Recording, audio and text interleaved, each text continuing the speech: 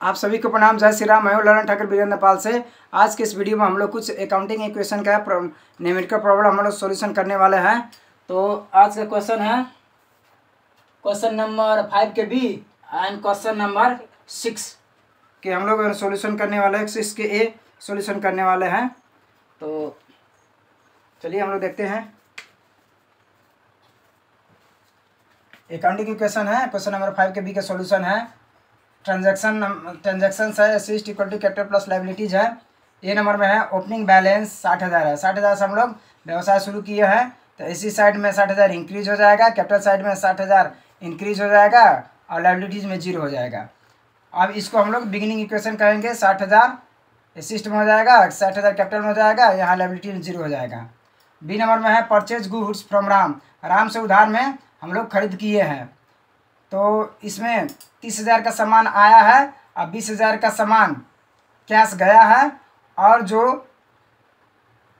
10,000 जो हम लोग उधार बाकी है तो लायबिलिटी साइड में हम लोग लायबिलिटी साइड में 10,000 रुपये इंक्रीज कर दिए। उसके बाद में न्यू इक्वेशन हो गया 70,000 हो गया, यहाँ 60,000 हो गया, ये 70,000। तो asset equal to capital plus liabilities होना चाहिए, ये हो गया।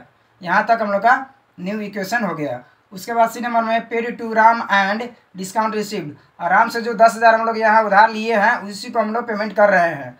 तो पेमेंट कर रहे हैं कितना, 9,800 रुपये पेमेंट कर रहे हैं। तो क्या जाएगा इस सिस्टम में से, इस सिस्टम में से चला जाएगा, डिक्रीज हो जाएगा 60,000, 9,800 कैश और 10,000 क्रेडिटर्स लायबिलिटी साइड में से घट जाएगा और 200 रुपये जो डिस्काउंट होगा रिसीव्ड तो कैपिटल में हम लोग जोड़ देंगे। कैपिटल में प्रॉफिट होता है तो जोड़ देते हैं और डिस्काउंट कोई भी इनकम होता है तो इसमें हम लोग जोड़ देते हैं। गेन हो प्रॉफिट हो तो हम लोग जोड़ देते हैं। अब इसको अब न्यू इक्वेशन हो गया 60,200 यहाँ 0 हो गया। अब डी नंबर में है sold goods on credit to Savita. Savita का हम लोग उधार में सामान बिक्री किए हैं।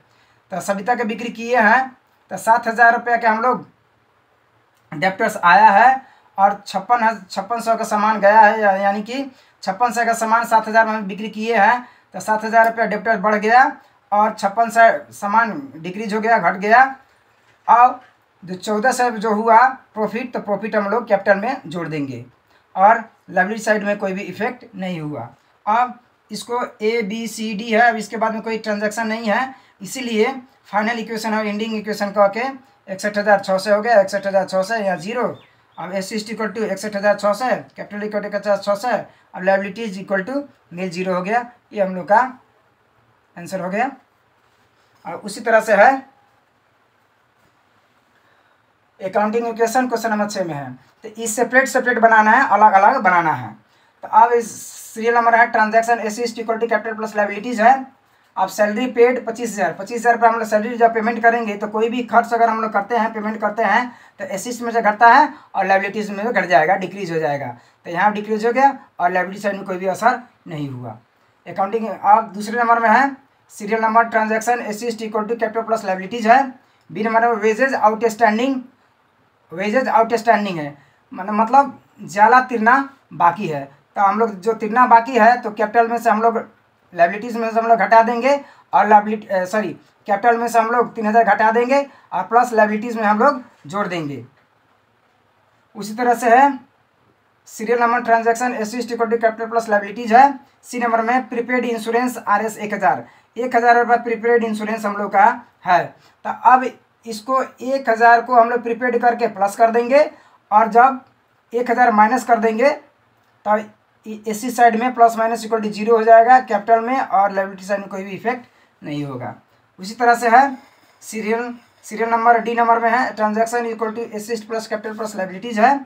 रेंट पेड है 10,000। जब रेंट पेड होगा, कोई भी खर्च होगा तो इसी साइड में से हम लोग घटा देंगे, डिक्रीज कर देंगे और कैपिटल साइड में भी 10,000 रुपये घटा देंगे हम लोग रेंट के रूप में, तो डिक्रीज हो गया। अब स्टील पेएबल है 3,000। स्टील पेएबल है 3,000 रुपये स्टील पेएबल है।